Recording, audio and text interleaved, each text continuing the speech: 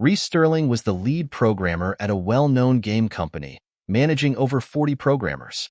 A few years back, he led his team to build an upgrade-style cultivation-themed MOBA game, which officially launched its public beta in the first half of last year. The game's downloads and player base had been steadily growing, generating considerable monthly revenue. The quarterly data curves were also impressively smooth, instantly making him famous in the gaming industry and turning him into a true young talent. His friends often joked that he was young, capable, rich, and handsome, only lacking a significant other. Rhys's parents also frequently urged him to find a partner and start a family. As the old saying goes, establish yourself before building a home. He had already achieved initial success in his career, so it was time to settle down. Rhys was tired of hearing it all.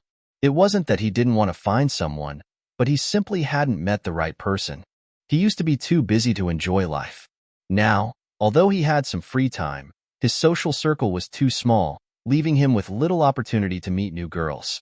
To address his single status, he had actively pursued the matchmaking attempts orchestrated by his friends, but the dates always fizzled out after one or two encounters. Either he found the other person too clingy, or they found him boring. After numerous attempts, Rhys grew weary of the whole thing and decided to focus on his career for now. So, when he noticed the Metro girl and started obsessing over her, Rhys figured he was just hallucinating from being single for too long. However, when he tossed and turned, thinking over and over, and still couldn't banish the Metro girl from his mind, Rhys realized he was smitten. He had fallen in love at first sight and was head over heels. He first met her on the subway. That day, after dropping off his car at the dealership for servicing, he planned to take the subway to work. He was squeezed into the subway car with the crowd, jostled around, and managed to grab a hanging strap. He hated being pushed and shoved by strangers. Before he could calm down, he was assaulted by the overpowering floral scent of a middle-aged woman nearby who seemed to have been marinated in perfume. He held his breath, turned his head away, and impatiently pulled out a disposable mask. The indescribable smell inside the enclosed carriage only worsened his mood. He turned around and listlessly stared at the route map, determined to get off at the next stop and take a taxi to work. His gaze landed on a girl standing directly below the map, a girl as pure as freshly fallen snow. She was leaning against the opposite side of the train door, looking out the window. He was less than a meter away from her. He noticed she had a bun hairstyle, revealing the snow-white and delicate skin behind her ears, as smooth as milk. He could also clearly see her reflection in the train door glass. Her face had a round shape, with a soft jawline, a small nose, and large, slightly elongated eyes that made her look younger than she probably was. She was exceptionally pure and adorable. He inexplicably stared at her back, lost in thought. Suddenly, the girl turned around, looking around with a flustered expression. A rosy blush appeared on her fair and clean cheeks, and her bright eyes were filled with tears and anger. She seemed to be looking for someone, her eyes darting around quickly and anxiously. What's wrong? Was someone groping her? Otherwise, he couldn't explain her unusual behavior. Rhys narrowed his eyes and quickly scanned her surroundings. A student-looking teenager wearing headphones, a middle-aged man holding a briefcase talking on the phone, and young office workers looking down at their phones. The people around the girl all looked natural, with no one appearing suspicious. After staring for 3 seconds, Rhys pushed through the crowd, ignoring the complaints from those he bumped into.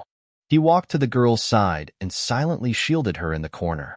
He supported himself with his hands against the train door, creating a safe space for her. Afraid of making her uncomfortable, Rhys deliberately turned to the side and even softened his breathing. After several stops, the girl thanked him in a soft voice as she got off the train. Her voice was very gentle, like a little white rabbit. Although the surrounding sounds were noisy, Rhys could still hear her clearly. Very sweet and soft. Rhys couldn't stop thinking about her for a long time. He met her again just one day later. Still on the subway, she was slumped in her seat, holding her phone with both hands against her knees. Her eyes were lowered, looking quiet and refined, a small bundle of cuteness, appearing extremely well-behaved and adorable. He was about to go up to her and say hello, and even wanted to get to know her, but unexpectedly, the subway arrived at a station and the doors opened, and the girl got off. At that time, he hesitated, worried that asking for her contact information would scare her. In a moment of doubt, he didn't follow her. In order to meet her again, even after retrieving his car from the dealership, he continued to take the subway every day, but he never saw her again. In the vast sea of people, unless it was a deliberate coincidence, the chances of meeting again were slim. He thought his fate with the Metro girl had ended there. For this reason, he had been regretting not taking the initiative to ask for her contact information. The sad mood lasted for days. He met her for the third time at the elevator entrance of his apartment complex. That day, he and several programmers in his team had been optimizing the game's database. After working for 36 hours straight without sleep, the nearly 30-year-old suddenly felt his heart racing, as if it were about to jump out. His head was also throbbing.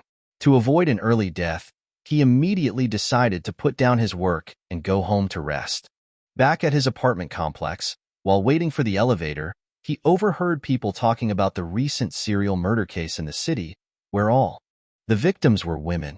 The murderer had cruelly dismembered the victims and reassembled them at the crime scene, using brutal and inhumane methods.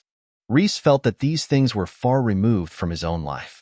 He found solving the game's core architectural problems with his programmers far more appealing than dealing with crimes of passion or social revenge. Just as he was internally grumbling, the elevator dinged and the doors opened. A person walked out and he froze, standing there dumbfounded. Before Rhys could formulate any plans, his hand grabbed the girl who was about to walk past him. Then his mouth started speaking. "Do you remember me? We met on the subway. Can we go grab a meal together? Can I introduce myself? I really want to get to know you. Can you give me a chance?" Later, according to the girl, Aria Monroe, "You looked like a hunting leopard, ready to pounce. It felt like if I didn't agree, you would tear me apart." Rhys put down his coffee cup, got up from the sofa armrest, and gently pulled her into his arms. He was radiant, having already won the beauty's heart. He lazily said, "You're not wrong. But would you be willing to be torn apart by me?" Aria felt the warmth around her intensifying, and her face and ears started to burn. She lowered her eyes, avoiding Rhys's passionate and bright gaze, which landed on his thin lips. Then, she saw Rhys's slender and sexy Adam's apple move up and down, and a surge of unspeakable throbbing arose in her heart. The inexplicable heat in her body made her instinctively sense danger. Rhys looked at her, his girl's cheeks flushed with a rosy blush, her eyes hazy and confused, like a lost deer, making people feel pity. He smelled her fragrance. Her neck was long and slender, and her skin was delicate and soft. He could feel her body trembling slightly, her body's reaction to him. How wonderful, making his blood boil. Rhys gently pecked from her lips to her neck to her collarbone, little by little. His warm, dry palm slowly caressed her smooth skin. The warm breath landed on Aria's ear, and she closed her eyes, looking at Rhys's handsome profile, and hugged him tightly. She embraced him closely, both sweetly and anxiously, intimately close to him. Rhys kissed Aria on the sofa. Their breaths were entangled, amplified in the quiet room. Aria couldn't resist Rhys's gentle offensive.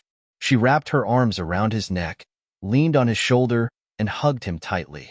Seeing news about the serial murder case being pushed again on his phone, Rhys glanced at it briefly and cleared the notification. He casually thought that the news about the murder case had been very popular these days. He was about to leave to go to Aria's house to have breakfast with her. A new Cantonese tea restaurant had opened near her place. Aria lived in the high-tech development zone. It would take Rhys nearly an hour and a half to drive there, passing through the Nongguan district and Jinghua development zone, avoiding the morning rush hour. It was time-consuming and laborious, but Rhys enjoyed it wholeheartedly. While having breakfast, Rhys remembered the frequently heard murder case and casually said, "I heard it's not safe recently. Doesn't the news say something about single women being in danger? Why don't you move in with me?" Aria shook her cheeks, shaking her head, and softly said, "You forgot. I still have to teach my students." Rhys smiled and put his arm around her shoulder, reaching out his index finger and thumb to pinch her cheek, and said, "Then I'll move in with you." Arya shyly pursed her lips, smiled, and blinked her eyes without speaking. Arya looked young but had already started working as a primary school Chinese teacher. The time he met her on the subway was because her student was sick, and she went to visit them. She lived in a residential area near the school, and usually wouldn't leave her living area unless necessary. During those 2 visits, she left her living area. He had to commute by subway because he sent his car for servicing. The fact that the 2 met under such circumstances was truly a fate arranged by heaven. Rhys looked at his girlfriend with affectionate eyes and a gentle smile as she took small bites of the crab meat crystal dumpling. Her refined and elegant manners made him feel that she was extremely cute, like a hamster eating. In fact, the 2 had been dating for less than half a month, but Rhys felt that it had been a long time. So long that he didn't want to separate from her at all. It was the first time he had met someone he liked so much, and he wanted to keep her by his side forever. So when the idea of proposing floated into his mind, he couldn't help but consider it. As long as he thought about being able to build a family with Arya and seeing her charming sleeping face every morning, Rhys's heart felt like it was soaking in warm water, extremely comfortable. He planned for their future together. Arya's job was currently fixed and couldn't be changed, so he would buy a 3-bedroom apartment near her school. He had planned to resign and start a business after the new year, but this idea could be brought forward. With the future planned step by step, Rhys's heart was at peace. After having breakfast, he sent Arya to work and then drove across half the city to work. That day, Rhys led the engineers in coding the game engine for a whole day. After finishing work, he remembered that he hadn't contacted Arya for a day. He didn't bother to eat the takeout he had just received and quickly went to the tea room to make a phone call, but no one answered. He looked at the time. It was 10:30 p.m., thinking that Arya might have fallen asleep and hadn't heard him, so he didn't bother her anymore. The summer night was quiet, and the insects chirped softly. Arya liked to open the bedroom window when she slept. The wind coming in through the screen window at night created a tranquil atmosphere, and she slept even more sweetly. Without knowing how long she had slept, Arya was startled awake, and she breathed rapidly. Her heart beat like thunder, and a heat rushed to the back of her neck. Then she realized that her limbs were stiff and her whole body was numb. The room was dark, and she stared blankly at the darkness until the heavy darkness slowly swallowed her. The next morning, Rhys came to Arya's apartment building again to wait for her to have breakfast together. Summer days dawned early, and there were already pedestrians walking on the street. Cleaners were each sweeping with their tools. He stepped aside to let the cleaner pass and stood on the steps. He looked at his watch. It had been nearly half an hour past the agreed breakfast time, and Arya hadn't come out yet. Looking up, he saw that the lights in her bedroom were still off. Rhys called her, but no one answered. He thought she might have overslept, so he went upstairs and knocked on the door. After a while, the door opened, revealing a familiar face. The lights weren't on, so the room was dark. Arya had her hair disheveled, as if she had just gotten out of bed. Her face looked pale. Rhys originally wanted to ask her why she hadn't gotten up yet, why she hadn't come downstairs, and why she hadn't answered his phone call. But after seeing that her face didn't look good, he turned all his questions into concern. "Why do you look so bad? Are you sick?" Arya smiled quietly and softly said, "I had a nightmare last night and woke up, so I didn't sleep well." Rhys asked, "Are you going to have breakfast?" Arya shook her head calmly and said, "I still want to go back to sleep. You go ahead." Rhys continued, "Then I'll go buy breakfast and bring it to you later." Arya said, "No, I just asked the school for half a day off, and now I want to continue sleeping. Don't bother me." Rhys smiled and nodded, saying, "Then you rest." "Oh, that's right, I almost forgot. I'm going on a business trip this afternoon and we'll be back in 3 days. You come pick me up at the airport, and I'll bring you a gift." Arya paused for a moment and then smiled, saying, "Okay." Rhys saw her slowly closing the door before stepping downstairs. When he got to the first floor, he suddenly felt a faint sense of unease. But before he could think too much about it, his phone alarm rang, which was the time he set to leave for the airport. If he didn't leave soon, he might not arrive at the airport on time. Rhys looked back at his girlfriend's window, smiled gently, and then turned to leave. 3 days passed in the blink of an eye. After getting off the plane, Rhys turned on his phone as soon as possible to contact Arya to have dinner together. Unexpectedly, as soon as he turned on his phone, news notifications popped up one after another, most of them reporting on the serial murder case. From the previous period, Rhys thought to himself, why hasn't the murderer been caught yet? There must be some traces at so many crime scenes. Rhys glanced at it and was about to clear it, but found that this murder case took place in the residential area where Arya lived. His heart shook, and he quickly clicked on the news content to take a closer look. Another murder case had occurred 3 days ago, and the crime scene was in the apartment complex where Arya lived. The news reported that the victims this time were a couple. Both were anesthetized with propofol and then had their carotid arteries cut by the murderer, resulting in death from excessive blood loss. Both corpses were dismembered and placed at the crime scene. The police detected a third person's DNA at the crime scene and used it to identify and arrest the murderer. Through interrogation, the police learned that the murderer was originally a highly skilled surgeon, but his license was revoked due to a medical accident, and he also faced high compensation, which led to his family's separation. In extreme indignation, he gradually became a perverted serial killer. Rhys breathed a sigh of relief. It was good that the murderer was caught. The report described the horrific dismemberment of the victims, which made him shudder and then blame himself. Arya must have been extremely scared at home, but he wasn't there to accompany her. He had to go back to be with her as soon as possible, and it would be best to have Arya move to his place for a while. Coming out of the airport lobby, the oncoming cold wind made Rhys sneeze. He couldn't help but wrap his windbreaker tighter and get into a taxi parked on the side of the road. He got into the back seat and realized that someone was in the front seat. He was about to tell the driver that he wanted to get off, but the driver immediately started the car after seeing him get in. Was this a forced rideshare? Rhys frowned but didn't say anything and gave the destination. He hoped that the place where the passenger in front was going wouldn't be too far from Arya's place. He looked down at his phone and found that Arya hadn't contacted him, which made him a little disappointed. But soon he came out of his disappointment. It was the same if he called her, but no one answered. Today was the weekend. So was she still not awake? It was only 10:30, it was good to sleep in, and he would be able to see her soon anyway. Rhys looked at the screen with a gentle expression. Soon, the car stopped. Rhys came back to his senses and found that the car had stopped near Arya's house. The person in the front seat was opening the car door. Oh, so everyone was going to the same destination. Rhys quickly scanned the QR code to pay and followed him out of the car. Thinking that he was about to see Arya, he couldn't contain his excitement and walked quickly into the apartment complex. The cold wind swept past Rhys, causing him to shiver involuntarily.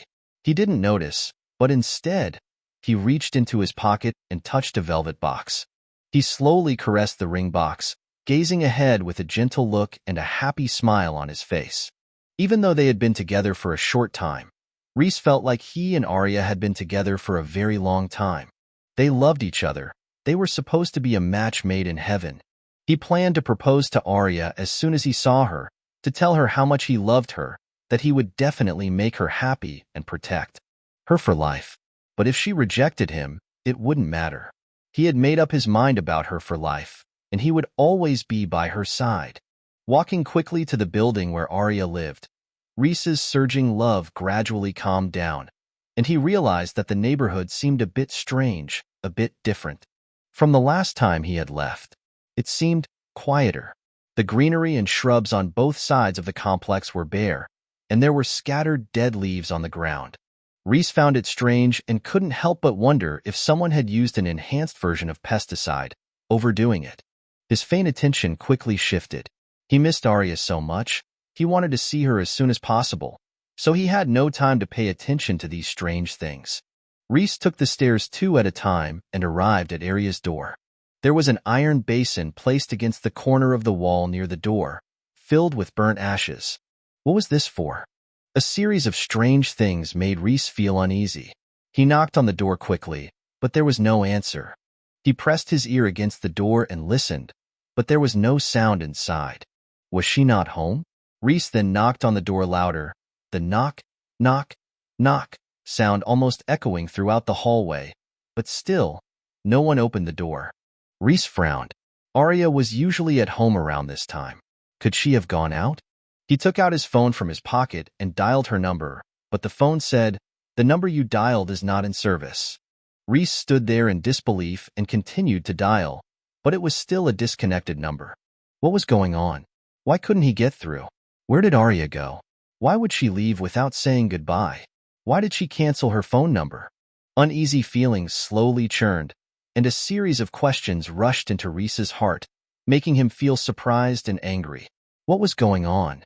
Then, Rhys suddenly thought of a terrible possibility. Could it be that something had happened to Arya? No, that wasn't right. Rhys quickly rejected this terrible guess.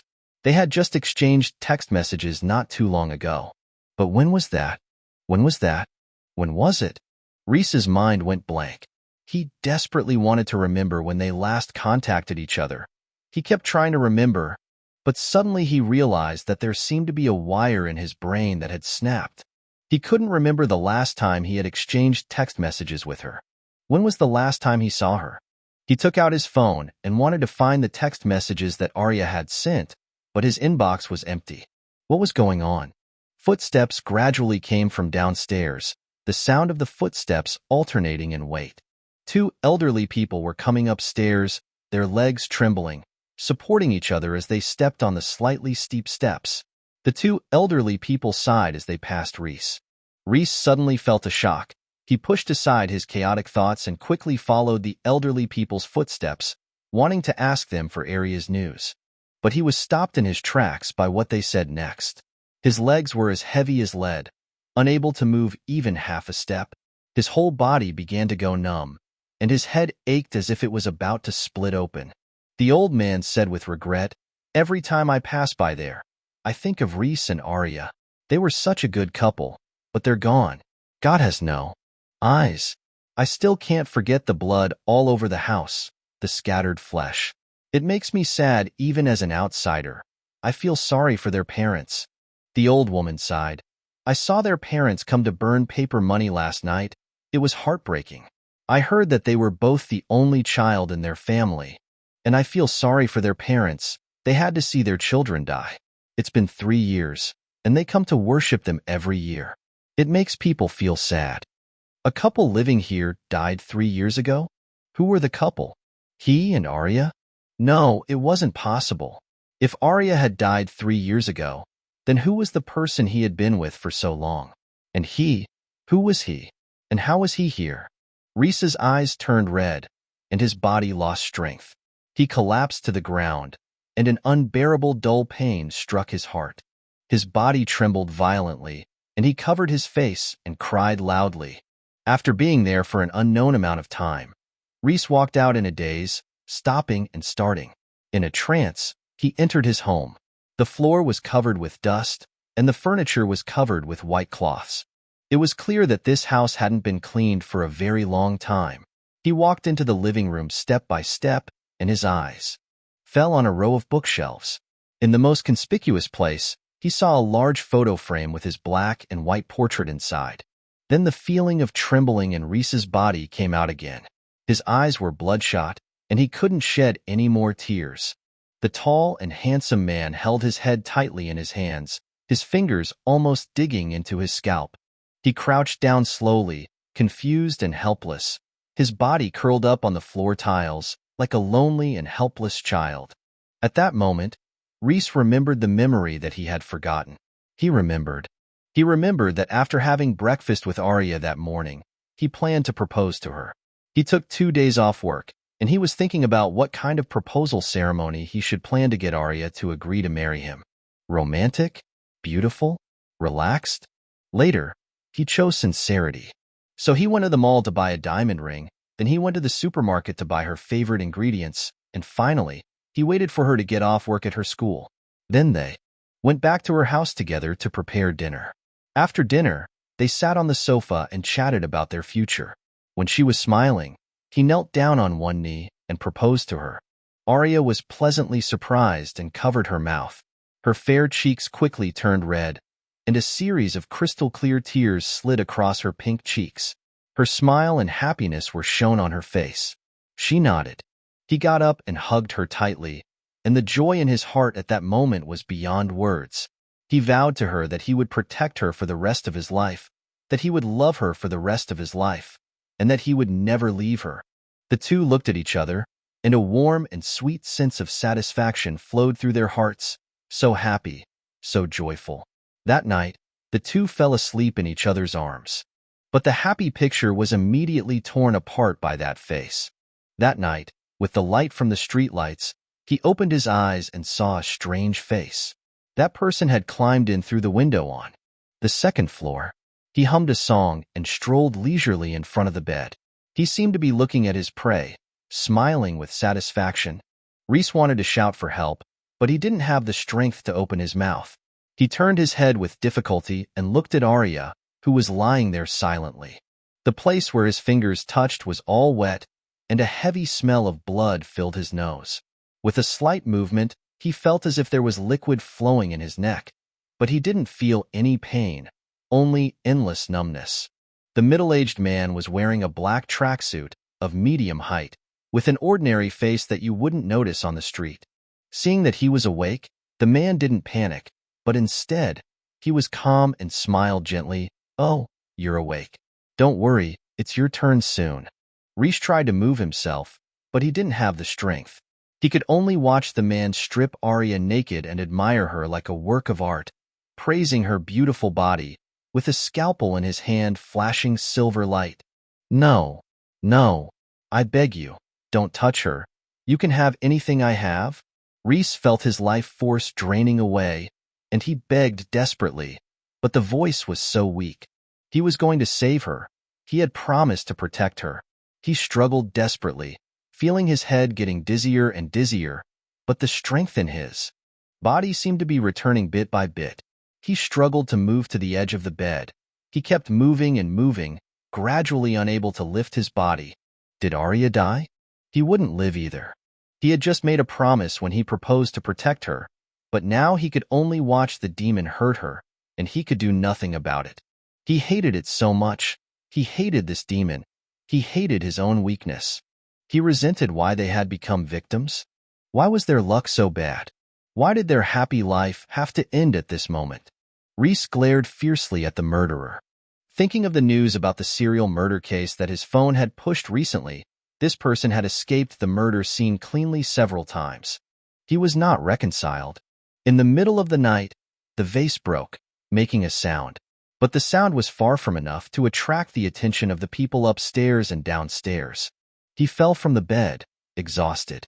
The man put the newly cut ears aside and frowned annoyedly, being interrupted by the sound. "Noisy?" He quickly adjusted his expression, sighed, and said calmly, "It seems that the dose of propofol I injected for you is not enough, so let me add a little more." Rhys lay on the ground, like a fish out of water, struggling weakly. The more he struggled, the faster the blood flowed. He stared at that person, fiercely, as if he wanted to remember his face and engrave it in his mind, so that he could find him in the next life to take revenge, even as a ghost. The man held the syringe high above him, and seeing Rhys staring at him made him feel extremely uncomfortable, so he sped up the action of removing the needle cap. At the moment when the man lowered his head, Rhys grabbed the shard he had hidden in his hand and rushed towards him with a reckless ferocity. As long as he drew blood, it must be blood. When the anesthetic effect subsided slightly and his fingers were able to move, he quickly thought of everything. He had to have contact with the murderer in order to leave the murderer's traces. There has never been a perfect crime in this world. No matter how careful this person is, no matter how clever he is, any traces that appear at the scene will be revealed by scientific instruments. He had to leave the murderer's DNA at the scene. He wanted this crime to be known to the world. He wanted this sinner to have nowhere to escape. He and Arya couldn't die in vain. He had to avenge Arya. He had just made a vow to protect her for the rest of his life. At this point, Rhys remembered everything. It turned out that he had left clues for the police, and the murderer had been caught. It turned out that he had succeeded.